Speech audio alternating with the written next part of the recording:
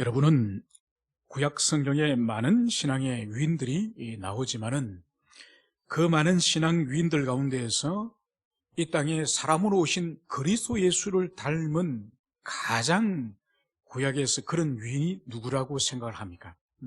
어떤 사람은 다윗 왕이 우리 주님을 많이 닮았다. 어떤 사람은 모세가 닮았다.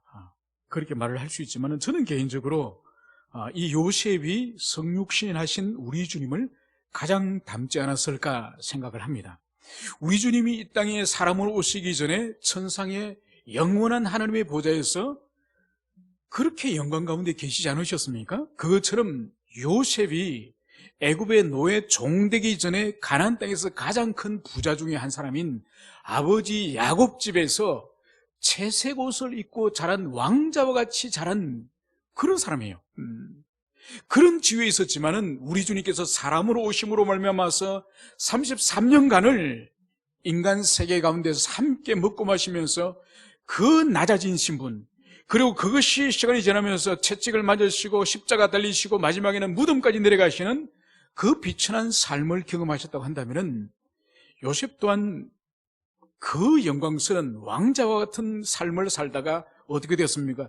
그 채색 옷을 형들에게 빼앗기고, 그리고 그 채색 옷에 짐승에 피를 묻혀서 이제 그 동생을 죽이려고 구덩이에 던지지 않았습니까? 그러나 죽지 않고 노예로 팔려간 거죠. 노예로 팔려갔지만은 노예 삶을 그는 충성스럽게 하여서 총무가 되었지만은, 그러나 그는 성범죄자로 몰려서 이제 종보다 더 낮은 감옥으로 이제 내려가게 됩니다. 우리 주님께서 그 무덤에서 영원히 계시지 않으시고 3일 만에 부활하셔서 이제는 성천하셔서 하나님 보좌 우편에 앉아 계시는 것처럼 이 요셉도 감옥에 영원히 있지는 않았죠. 결국은 하나님의 때에, 하나님의 시간에 이 요셉 또한 30살에 드디어 하나님께서 높이셔서 이제 총리로 세우지 않으셨습니까?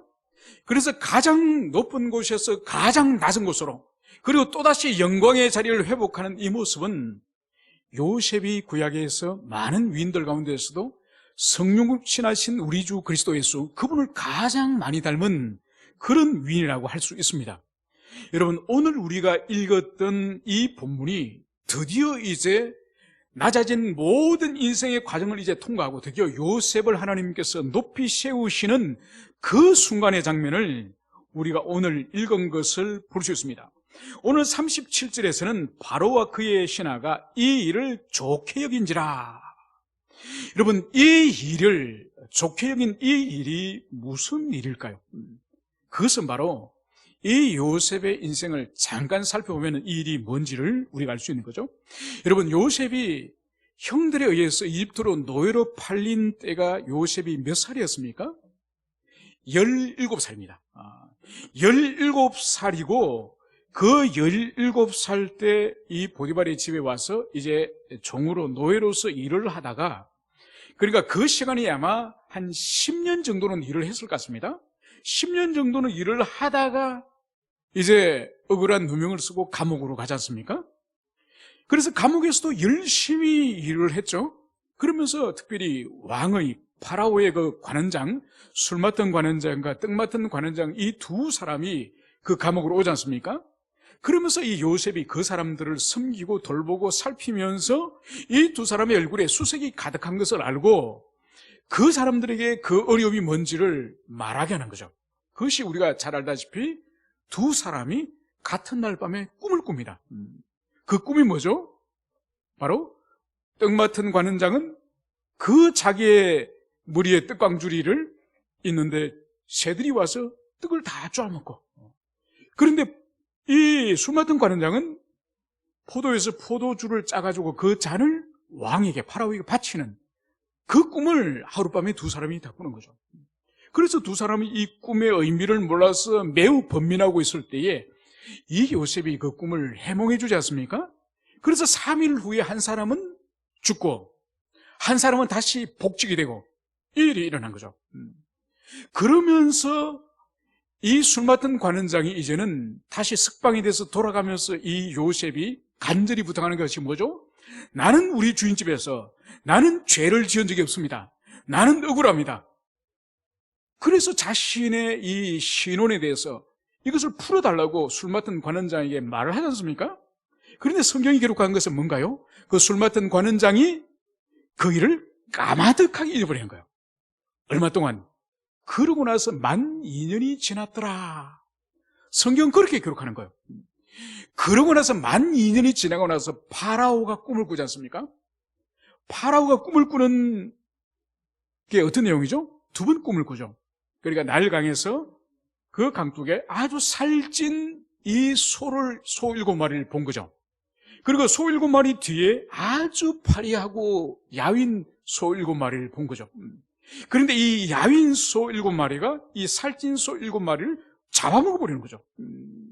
그리고 또다시 파라오가 꿈을 꾸는데 이제 아주 충실한 이 곡식 이삭을 보는 거죠. 그리고 그 뒤에 또 보니까 아주 쭉쟁이 같은 이런 곡식 이삭을 보는 거죠. 이 쭉쟁이 이삭이 이 충실한 이삭을 잡아먹는 거죠. 그러고 나서 이 꿈의 의미, 분명히 파라오에게 이러한 생생한 꿈을 꾸게 한 것은 어떤 그 나라의 큰 징조, 큰 어떤 사인인 것이 분명한데 이것을 이집트의 박사들과 주술사들에게 이 꿈을 알려주니 풀지를 못하는 거죠. 풀지를. 여러분, 왜 풀지를 못할까요? 여러분, 이 꿈에 대해서는 특혜를 받은 사람이 있습니다. 요셉이 풀도록 만들어진 꿈이에요. 다른 사람은 풀 수가 없습니다. 하나님께서 이제 만 2년이 감옥에서 만 2년이 지나고 이제 요셉이 30살 나이가 됐을 때에 이 파라오가 이 꿈을 꾼 거예요. 그리고 다른 사람은 풀 수 없도록. 그래서 그제서야 2년 전에 이 술 맡은 관원장이 자기가 감옥에서 꿈을 꾸었다가 두려워하고 있을 때에 그 감옥에 있던 히브리 노예 소년이 자기 꿈을 해몽해주고 3일 만에 그대로 복직이 되었다고 하는 그 생각이 스쳐 지나가는 거예요. 그러면서 파라오에게, 파라오 보시오, 내가 2년 전에 파라오에게 죄를 짓지 않았습니까? 그때 바로 호위대장에 그 감옥에 갇혀 있을 때에 그때 꿈을 꿨는데 그 꿈을 히브리 노예가 풀어줬습니다. 그 노예는 꿈을 아주 해몽을 잘하는 그런 지혜로운 청년입니다. 그 말을 하자 파라오가 그 청년을 데려가라 이렇게 명령을 내리지 않겠습니까?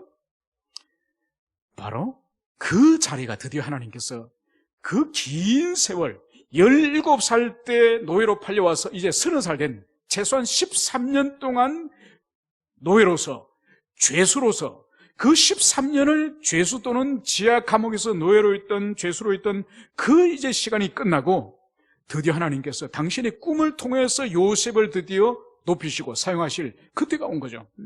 그러면서 요셉은 정확하게 두 가지를 말합니다. 바로 이 두 꿈은 왕이시여 하나입니다. 한 가지입니다. 그러니까 이 살찐 이 소는 7년의 풍년을 의미하고 그리고 야윈 이 7마리의 소는 7년의 흉년을 의미합니다. 그리고 아주 충실한 이삭 또한 7년의 풍년을 의미하고 그리고 아주 빈약한 이삭 7개 이것 또한 7년 흉년을 의미합니다. 그러므로 이것은 한 꿈입니다. 앞으로 이 이집트에 7년 동안 큰 풍년이 임할 것이고 그리고 그것이 끝나서는 다시는 풍년을 기억도 못할 엄청난 기근이 흉년이 임할 것입니다. 그래서 첫 번째는 꿈을 해석을 해줍니다. 그 꿈의 의미를. 그러면서 이 요셉이 꿈 해석으로만 끝나지 않고 그러면서 뭘 말하는 거예요? 대안을 설명하죠. 왕이시여 지혜로운 사람을 이제 관리로 지도자로 세우십시오. 그 사람으로 하여금 7년 동안 풍년 때 이제 잉여 곡식물 이 남는 곡식들을 창고를 지어서 그곳에 보관하십시오. 그래서 그 풍년이 끝나고 나서 다시 7년의 흉년이 찾아올 때에 그때서 그 곡식을 풀어서 흉년을 무사히 지나갈 수 있도록 그렇게 왕이여 하십시오. 이 조언을 이 요셉이 합니다. 그래서 오늘 여기 31절에서 이 일을 좋게 여긴지라. 이것은 바로 요셉이 꿈의 해몽과 꿈에 대해서 이제 앞으로 어떻게 흉년을 극복할 것인지 그 대안을 말하는 것입니다. 이것을 요셉이 제시하는 이 대안을 좋게 여긴지라, 이것을 말하는 거죠. 그러면서 이제 바로가 이 신하들 앞에 이제 감탄하는 장면이 나오는 거죠. 이와 같이 하나님의 영에 감동된 사람을 우리가 어찌 찾을 수 있으려. 여러분, 여기서 바로가 눈이 번쩍 뜨인 거예요. 눈이 번쩍 뜨인 이것이 뭐냐?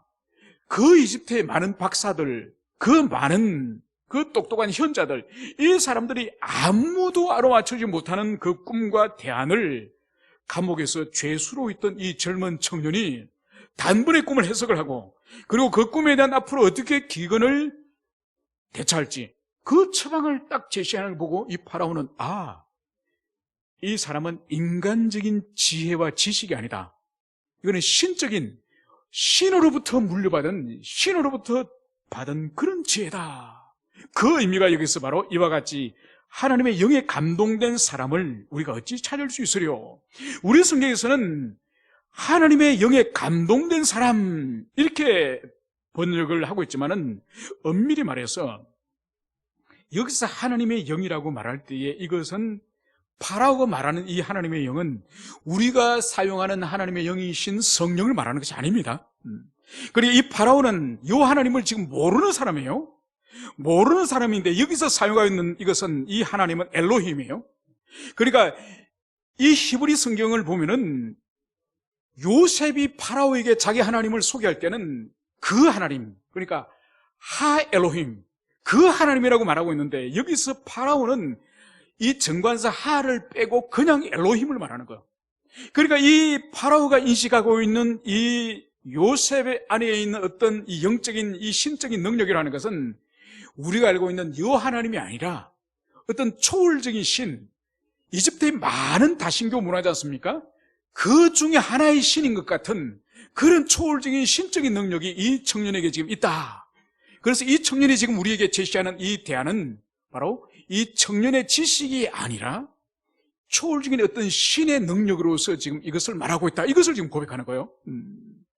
그러면서 이제 요셉에게 오늘 이렇게 말합니다. 39절에서 하나님이 이 모든 것을 내게 보셨으니 너와 같이 명철하고 지혜 있는 자가 없도다. 너는 내 집을 다스리라. 내 백성이 다 내 명령에 복종하리니 내가 너보다 높은 것은 내 왕자뿐이라. 또 바로가 또 요셉에게 이르되 내가 너를 애굽 온 땅의 총리가 되게 하노라. 여러분, 이 파라오에게 있어서 이 눈이 번쩍 뜨는, 그래서 이 요셉의 사람됨, 그의 지혜와 탁월한 명철, 그리고 그의 입으로서 지금 증거하고 있는 이 지혜가 사람의 지혜가 아닌 신적인 지혜라고 하는 이것을 파라오가 어떻게 할까요? 파라오 이성으로 깨닫고 아는 걸까? 아니에요. 바로 요셉의 입으로서 하나님께 주시는 그 꿈에 해몽을 하게 하고 거기에 대한 답을 제시하도록 하고 그것에 대해서 파라오가 눈을 뜨게 하는 이 또한 성령님의 일인 것이 분명한 거죠.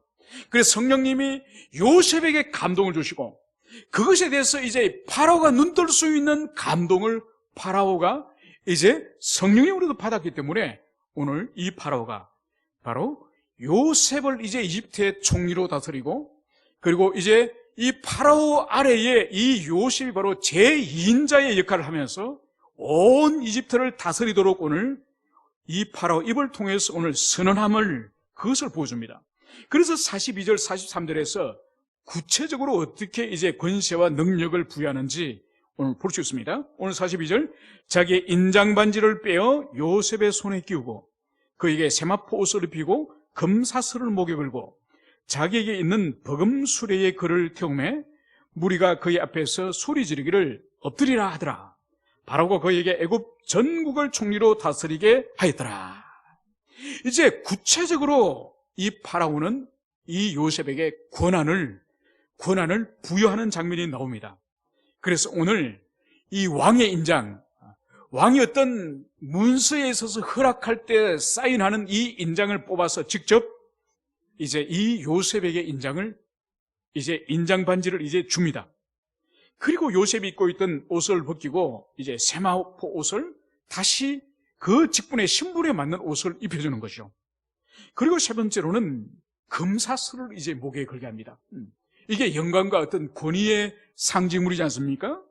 그러고 나서 이제 43절에 보면 자기에게 있는 버금수레의 그를 태우매. 여러분, 이것이 뭔가 하니까 파라오에게 있어서 파라오 전용의 어떤 화려한 수레들이 여러 개가 있었을 겁니다. 그죠? 그 중에서 버금수레 두 번째 이 수레, 파라오의 두 번째 수레를 요셉으로 하여금 타게 하는 거죠. 여러분, 우리가 영화를 보면은 외국의 어떤 대통령이 뭐 공항에서 뭐 이동한다든지 그러면은 똑같은 모양의 승용차, 그죠? 우리나라도 그렇고 미국의 대통령도 그렇고 북한의 김정은도 그렇고 이렇게 지방을 순실하든지 차로 이동할 때는 한 대만, 그 사람이 타고 있는 한 대만 이동하면은 저격을 당하지 않습니까? 피격을 당하지 않습니까? 그래서 똑같은 모양의 자동차가 동시에 4대, 5대가 움직입니다. 그러면서 어느 차에 VIP가 탔는지를 모르도록 그렇게 하는 거죠. 그처럼 이 파라오에 있어서도 이 수레가 여러 대가 있었던 것 같습니다. 파라오가 타는 수레, 그 다음에 두 번째 버금수레 2호차를 오늘 여기서 이 요셉에게 오늘 주었음을 보여줍니다. 그리고 이집트 전국을 오늘 다스릴 수 있는 그 권세를 오늘 여기서 줍니다. 그러면서 오늘 44절에 보면 파라오가 요셉에게 이르되 나는 바로라. 애굽 온 땅에서 내 허락 없이는 수족을 놀릴 자가 없으리라. 이제 파라오가 이제 요셉에게 권한을 주는 그 권한이 뭔가요? 이제 내가 파라오로서 이제 요셉의 명령이 없이는 누구도 이제는 수족을 몸 하나 까딱할 수가 없다. 이 권한을 이 요셉에게 오늘 부여하는 것을 봅니다. 그리고 더 나아가서 이제 요셉에게 이제 이름을 이제 요셉이라고 하는 히브리스 이름에서 이집트 이름을 오늘 부여합니다. 사바낫 바네아라 하고, 그리고 그에게 이제는 신분에 맞는 가정을 이제 세우도록 하는 것을 봅니다. 온너의 제사장 보디베라의 딸 아스낫을 그에게 주어 아내로 삼게 하니라. 여러분, 이집트에 있어서 이 제사장 직분은 가장 높은 소유래요. 그 가장 높은 제사장의 딸을 이제 아내로 맞이하게 했으니 이제 총리로서 그 신분에 합당한 이제 가정을 혼인을 오늘 하였음을 그것을 여기서 볼 수 있습니다. 그러면서 이제 오늘 요셉은 45절 마지막에 보면 요셉이 나가 애굽 온 땅을 순찰하니라.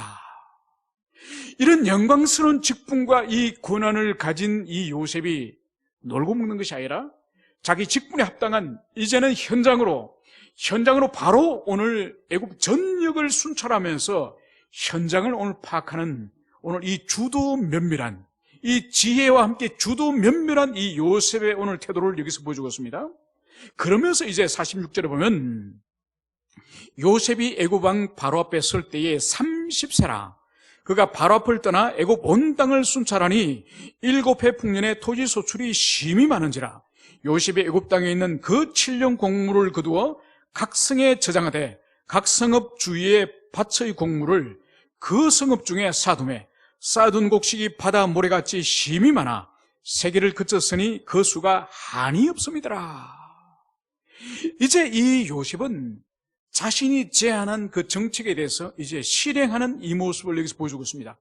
그래서 7년 계속되어지는 그 풍년 동안에 얼마나 많은 곡물이 생산이 됐었겠습니까? 여러분, 우리가 알다시피 이 나일강 이집트 이 지역은 한없이 곡물을 심는 대로 수고하는 대로 거두어 드리는 곳이 이 이집트예요. 그러니까 가나안 땅은 우리가 알다시피 이 가나안 땅은 하늘에서 하나님이 비를 내려주셔야, 이런 비 너른 비를 내려주셔야 보리 추수를 하고 밀 추수를 하고 또 나무의 과수를 거둘 수 있지만은 이 이집트는 1년 내내 나일강에 물이 흘러갑니다. 물이 흘러갈 뿐만 아니라 홍수가 되면 상류에서 이 진흙이 있지 않습니까? 아주 가는 이 흙이 엄청난 흙이 내려오기 때문에 해마다 새로운 아주 기름진 새로운 흙이 계속 내려와요. 그러니까 물이 풍부하죠. 땅이 아주 비옥하죠. 그게 곡식을 뿌리는 만큼 엄청난 추수를 할 수 있는 곳이 이 이집트예요. 그러니까 가나안과 이집트는 완전히 다른 곳이죠. 그러니까 가나안은 하나님의 은혜로 살아가는 곳이 가나안 땅이라 한다면 이집트는 인간이 노력하는 만큼 거둘 수 있는 땅이 이집트예요. 그러니까 여기서 7년 동안 하나님께서 얼마나 많은 곡물을 주겠습니까? 그래서 그 성읍에 창고를 만들고 그 성읍에 잉여 농산물을, 그러니까 매년 소출되는 그것의 5분의 1을 저장을 하도록 했거든요. 그러니까 그것이 얼마나 많은지 오늘 모세는 심이 많아 세기를 거쳤으니 그 수가 한이 없습니다. 얼마나 그 쌓아둔 곡식의 양이 많든지 헤아릴 수도 없고 헤아리는 것을 그만두었다, 이 말씀을 여기서 하고 있습니다. 그러면서 오늘 이 요셉의 가정의 이야기를 오늘 50절에서부터 인용을 오늘 하고 있습니다. 흉년이 들기 전에 요셉에게 두 아들이 나되 곧 온의 제사장 보디베라의 딸 아스낫이 그에게 낳은지라. 그러니까 이 아스낫이라고 하는 이 여인과 이 요셉이 가정을 이루지 않습니까? 가정을 이루고 거기서 두 명의 아들이 태어났음을 오늘 그것을 여기서 보여주고 있습니다. 그 두 명의 아들을 51절에서는 이렇게 말씀을 하고 있습니다. 요셉이 그의 장남의 이름을 므낫세라 하였으니 하나님이 내게 내 모든 고난과 내 아버지의 온 집 일을 잊어버리게 하셨다 하며 차남의 이름을 에브라임이라 하였으니 하나님이 나를 내가 수고한 땅에서 번성하게 하셨다 하였더라. 여러분, 이집트에서 요셉이 두 명의 아들을 낳았습니다. 두 명의 아들을 낳았는데 두 명의 아들의 이름이 의미가 있습니다. 이걸 우리가 주목을 할 필요가 있습니다. 첫 번째 태어난 장남의 이름이 뭐였습니까? 므낫세. 므낫세가 첫 번째 아들의 이름이에요. 여러분, 므낫세라고 하는 이 이름의 의미가 뭔가 하니까 이게 잊게 하는 자, 뭔가를 잊어버리게 하는 자. 그러면 그 잊어버린다는 의미가 뭔지를 51절 중간에 보면 하나님이 내게로 내 모든 고난과 아버지의 온 집 일을 잊어버리게 하셨다. 여러분, 이것은 무슨 말인가요? 요셉에게 있어서 이 므낫세가 태어나기 전, 자신이 총리 대신이 되고 큰아들 므낫세가 태어나기 전까지 이 요셉이 바로 자신이 이 이집트에서 당한 환난과 이 고난과 그리고 아버지 집에서 형들로부터 당하였던 그 고난을 잊었다는 이야기입니까? 지금까지 못 잊었다는 이야기예요. 잊지를 못했다는 거예요. 여러분, 요셉이 믿음의 사람이고 하나님의 사람이지만은 그가 받은 상처는 상처예요. 그가 받은 상처는 여러분, 아무리 하나님의 은혜를 여러분들이 크게 입더라도 지금도 우리 마찬가지잖아요. 망각 자체, 그러니까 기억 자체가 사라집니까? 사라지지 않아요. 오늘 요셉의 고백을 보십시오. 그가 그 긴 세월 13년 동안, 그리고 이 므낫세가 태어나기까지는 또 시간이 흘렀겠죠.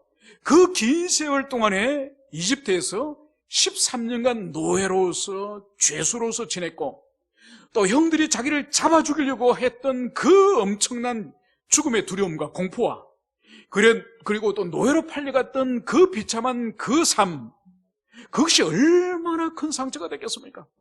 그러니까 그에게 있어서는 결코 총리가 되더라도 잊을 수 없는 그 트라우마로 남아있지 않겠습니까? 그래서 이 요셉이 큰아들 므낫세를 낳고 나서 비로소 이름을 나의 아버지 집에서 당하였던 고통과 이집트에 당하였던 모든 수치와 고통을 이 아들이 나를 잊게 한다, 잊게 하는 자라고 므낫세라고 이름을 지은 거예요. 두 번째 아들의 이름을 보겠습니다. 이제 이 두 번째 차남의 이름을 에브라임을 하셨으니 하나님이 나를 내가 수고한 땅에서 번성하게 하셨다 하며, 이제 이 에브라임이라고 하는 두 번째 아들의 이름을 지었는데, 이 에브라임의 이름의 의미가 뭔가 하니까 원래 이 히브리적인 의미는 기름진 땅, 장성함, 번성함 이런 뜻이에요. 그런데 오늘 여기서 이 요셉의 고백을 오늘 봅시다. 바로 하나님이 나를 내가 수고한 땅에서, 우리 성경에서는 수고한 땅이라고 기록됐습니다. 그런데 더 엄격한 번역을 한다고 한다면 이 단어는 수고라기보다는 고통의 땅이에요. 고통의 땅. 그러니까 이집트는 이미 자신이 총리 대신이 되고 사회적으로 이제는 파라오 다음의 2인자로서 영광스러운 삶을 살아가고 있지만은 이 이집트는 자신에게 변함없이 고통의 땅이다, 이것을 고백하고 있는 거예요. 여러분, 여기서 우리가 볼 수 있는 것이 바로 뭔가 하니까, 영광을 이미 얻었고 부귀영화를 모든 것을 누렸지만은 이 요셉에게 있어서는 이 이집트는 본향이 아니에요. 본향이 아니라 지나가는 땅이고, 자신은 이집트의 나그네고 이집트의 순례자로서의 존재라는 것을, 오늘 이집트를 오늘 고통의 땅, 고난의 땅, 이렇게 고백하고 있는 것을 볼 수 있습니다. 여러분, 이것은 50장 마지막 부분에 가면은 요셉이 죽으면서 유언을 남겨. 그 유언에서 명백하게 자신이 총리가 되고 사회적으로 영광을 얻은 이 이집트지만은 그 사람에게서는 이집트가 어떤 땅인지를 정확하게 보여주는 것이 50장이요.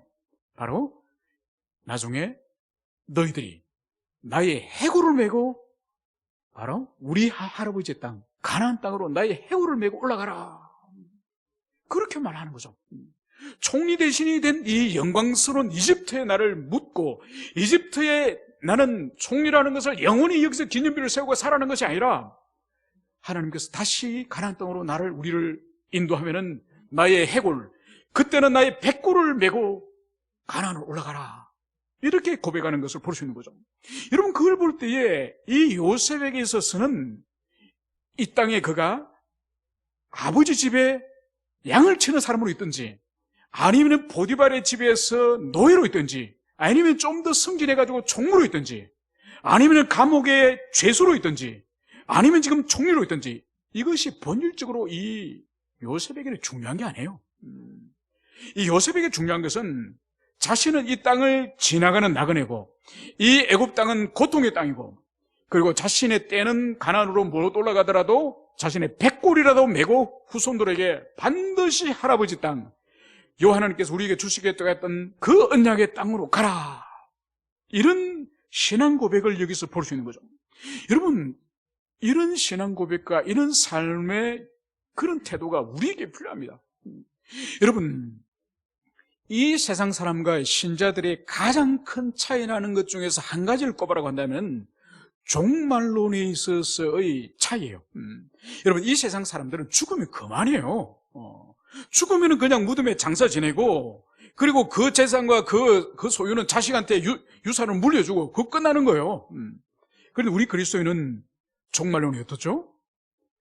우리는 죽음 위에 먼저 심판이 있고, 심판 그 너머 위에는 영원한 천국과 영원한 지옥이 있다는 것을 우리는 알고 있는 거예요. 그래서 이 땅에 우리의 삶이라고 하는 것은 영원한 내세를 준비하고 내세를 위하여서 이 지상의 현세의 삶에 공을 들이는 그런 존재가 우리예요. 그러니까 내세를 망각해버리고 내세를 생각해주고 이 땅이 모두라는 것을 생각하면서 여기서 올인하는 사람은 그리스도인 아니에요. 이 땅은 나그네고 지나가는 것이고, 물론 그렇다고 해서 우리의 현재의 삶을 무책임하게 그게 공을 들이지 않고 대충 살아가는 것이 아닙니다. 우리는 두 가지를 항상 긴장하면서 살아야 되는 거죠. 우리가 돌아갈 곳은 영원한 하나님 나라 주님 품이라는 그것을 마음에 새길 뿐만 아니라 이 땅에서 남겨진 시간 동안에 최선을 다하여 청지기로서의 사명 감당하는 이것이 우리의 또한 이 역사와 이 시대의 사명이다. 여러분, 그렇게 생각해야 되는 거예요. 여러분, 그렇기 때문에 현실을 무시하고 내세에 너무 과도하게 집착하는 그것도 잘못된 신앙이고, 영원한 천국과 영원한 내세에 대해서는 깡그리 잊어버리고 이 땅이 전부인 것처럼 이 땅에서 뭔가를 해보려고 하는 이것 또한 기독교 신앙이 아니에요. 그래서 우리는 이 두 긴장 가운데 있어야 됨을, 그것을 항상 우리가 마음에 새겨야 할 것입니다. 여러분, 이제 보십시오. 이 므낫세와 이 에바람이라는 이 두 아들의 이름을 지을 때에 므낫세는 이 요셉의 과거의 자신의 비참함, 과거의 자신의 아픔을 이제 잊지 않도록 기억하도록, 여러분, 이 므낫세, 과거의 아버지 집과 이 이집트에서 당한 것을 이제 잊게 한다고 하는 자기 아들의 이름을 므낫세라고 부를 때마다 어떤 생각이 들죠? 잊게 하였던 하나님의 은혜를 생각하는 거예요. 여러분, 이것이 므낫세라고 이름을 지었던 본질이에요. 그러니까 내가 이 아들을 낳음으로 말미암아서 하나님께서 그동안 있었던 모든 아픔과 상처를 잊게 하셨지. 그래서 나의 상처와 아픔을 이제는 안식하게 하고 잊게 하신 하나님의 은혜를 항상 기억하도록 하기 위해서 이 므낫세라는 이름을 지은 거예요. 여러분, 우리가 수요일마다 십계명을 낭독을 하지 않습니까? 십계명을 낭독을 할 때에 제일 먼저 우리가 읽는 부분이 어디죠? 십계명 어디죠? 1계명부터 읽습니까? 아니죠. 십계명의 서문, 그죠? 이 십계명을 주시는 하나님이 누구시고 이 십계명을 받는 너희들이 원래 어떤 존재인지, 이것이 십계명 서문에서 그대로 말씀하고 있지 않습니까? 제가 읽어드리죠. 하나님이 이 모든 말씀으로 말씀하여 이르시되 나는 너를 애굽 땅 종되었던 집에서 인도해낸 내 하나님 여호와라. 여러분, 여기서 하나님 분명히 두 가지를 말씀하고 있습니다. 첫 번째는 히브리인들, 이 율법을 받는, 십계명을 받는 히브리인들이 누구라고요? 그들의 신분이 누구라고요? 이집트의 종, 영원히 너희들의 힘으로는 해방될 수 없는 그 강력한 이 제국인 이집트의 종, 절대로 해방될 수 없는 비참한 가운데 있는 너희들이 원래 그런 종이었다. 그런데 여 하나님이 어떤 분이라고요? 그런 종에서 해방시켜준, 구원해준 바로 내가 여호와다. 그러면서 이제 너희들에게 주는 이 십계명, 이 십계명은 너희들이 이집트에서 노예의 짐, 노예의 강제 노예의 짐에 비해서는 이 십계명이 얼마나 가벼우냐. 너희들이 원래 신분과 나의 존재를 너희들이 기억하면은 절대로 이 십계명과 하나님의 율법을 지키는 것이 어려운 것이 아니다. 이것이 십계명 서문이에요. 여러분, 왜 이스라엘 백성들이 하나님의 율법을 지키지 않고 왜 죄악을 먹고 마시면서 그렇게 나중에 멸망하게 됐을까요? 이 십계명 서문을 만격하기 때문에. 서문을 만격하게 돼요. 자신들이 원래 자유인인 줄 알고, 원래 가나안 땅에서 행복하게 살았던 존재인 줄 알고, 그것이 아니라 이집트는 노예였고, 여호와 하나님이 아니면 영원한 노예 신분으로 살 수밖에 없는 존재인데, 어느 날 하나님께서 구원해 주셨기 때문에 자유인이 된 거다. 이것을 인식하고 있으면은 절대로 이 십계명을 그들은 순종할 수 있는 거죠. 여러분, 우리에게도 마찬가지지 않습니까? 여러분, 우리가 하나님의 사람으로서, 하나님의 자녀로서 살 수 있는 원동력이 뭔가요? 십자가죠, 십자가. 여러분, 십자가를 우리가 깊이 깨달을 때에 그 십자가 안에는 두 가지를 우리에게 분명히 가르쳐주지 않습니까?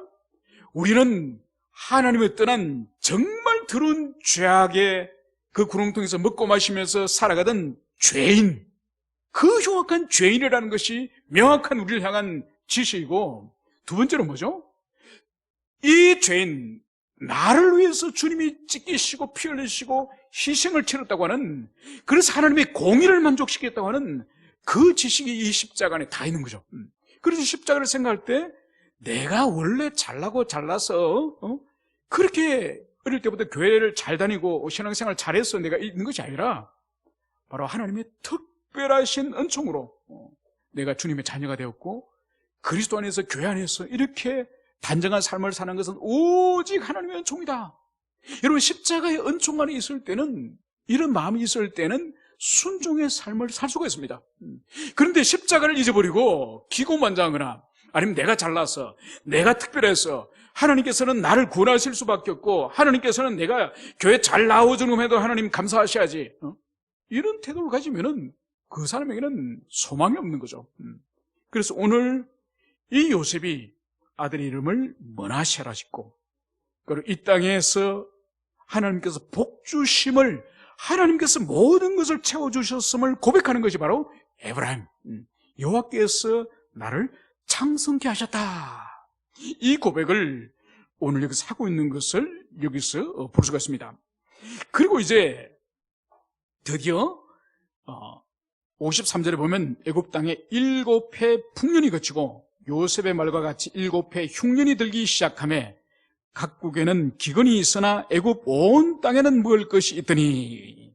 그러니까 일찍이 이집트는 요셉의 해몽을 따라서 이제 성을 짓고 창고를 짓고, 그래서 거기에 곡식을 가득가득 준비하여서 주변 나라에는 기근이 있었으나 애굽에는 이제 기근이 없다, 이 말씀을 하고 있는 거죠.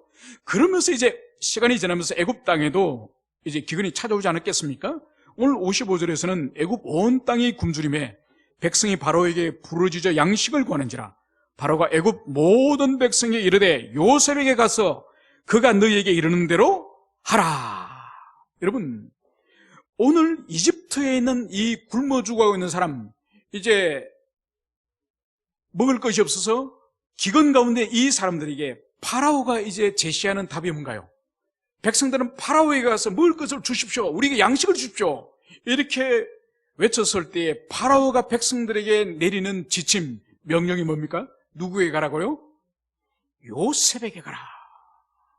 여러분, 이것은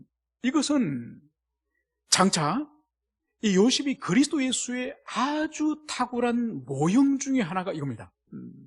그러니까 이 이집트 안에서는 오직 요셉을 찾아가고 요셉에게 간청을 해야 이제 살 수 있는 길이 열리는 것처럼, 바로 장차 이 땅에 그리스도 예수께 우리가 나가서 오직 그분으로 말미암지 않고는 영생으로 아버지께로 갈 수 없는 그 모형이 오늘 여기서 요셉에게로 가라, 예수에게 가라, 예수에게 와라, 이 모형이 오늘 이 파라오 입을 통해서 요셉에게 가서 구하라, 이 말을 오늘 하는 것을 여기서 볼 수 있습니다. 그러면서 오늘 56절에서는 온 지면에 기근이 있음에 요셉이 모든 창고를 열고 애굽 백성에게 팔세, 애굽 땅에 기근이 심하며 각국 백성들도 양식을 사려고 애굽으로 돌아와 요셉에게 이르렀으니 기근이 온 세상에 심함이었더라. 여러분, 여기서 볼 때에 이제 기근이 온 지면에, 그러니까 이집트를 중심으로 해서 그 주변에 있는 팔레스타인이라든지 아프리카라든지 그 주변 나라에도 이제 기근이 한적의 국지적인 기근이 아니라 전 세계적인 그런 기근이 찾아왔음을 볼 수 있습니다. 그래서 이집트에 있는 이 사람들을 위해서 이제 요셉이 이집트의 모든 창고를 개방했습니다. 모든 창고를 개방하였고, 마지막 57절에 보면 각국 백성도 양식을 사려고 애굽으로 들어와. 여러분, 이집트 백성뿐만 아니라 온 세상의 백성들이 지금 이집트로 이제 오고 이제 요셉을 찾아오는 이 모습을 여기서 볼 수 있습니다. 여러분, 이것이 뭔가니까? 창세기 12장에서 바로 이 요셉의 할아버지 아브라함에게 하나님께서 아브라함 언약을 맺지 않습니까? 그때 하나님께서 약속하셨던 가운데에 너와 너희 후손에게 열방의 복의 통로가 되게 하리라, 열방의 복이 되게 하리라, 이 말씀을 하지 않으셨습니까? 바로 오늘 이 요셉이 부분적으로 오늘 열방의 모든 백성들이 양식을 구하러 이집트로 달려오고, 그리고 이집트로 와서는 요셉 앞에 무릎을 꿇는 걸 통해서 이제 아브라함에게 주셨던 모든 열방의 축복의 통로가 이 아브라함과 그의 후손이 되겠다고 하는 이 약속의 말씀이 오늘 부분적으로 성취되는 것을 여기서 볼 수 있습니다. 물론 나중에 이 아브라함의 후손인 예수 그리스도, 그분께서 모든 열방의 영혼들을 교회로 모으지 않으셨습니까? 그래서 궁극적으로는 예수 그리스도 그분을 통해서 모든 인종과 민족을 차별 없이 교회로 모으신 것이 궁극적인 성취지만은, 오늘 생명을 얻기 위해서 아브라함의 자손인 이 요셉을 찾아올 때에 생명을 얻을 수 있는 이 아브라함의 언약이 오늘 성취되고 있음을 여기서 볼 수 있습니다. 오늘 이 말씀을 통해서 여전히 이 세상을 구원하고 이 세상을 하나님 앞으로 인도하고 이 세상에 생명 없는 영혼들에게 생명을 부여하는 것은 바로 요셉이었던 것처럼 오늘날 우리는 그리스도 예수 안에 있는 교회된 우리를 통해서 이 세상 영혼들을 불러 모으고 생명으로 인도하는 그런 고귀한 신분이 우리 그리스도인임을 우리가 가슴에 새기면서 이 어려운 시대에 바로 이때가 예수를 믿고 이때가 구원을 받을 만한 좋은 때라는 것을 온 세계를 향해서 증거하는 우리 모두가 되었으면 좋겠습니다. 함께 기도하시겠습니다.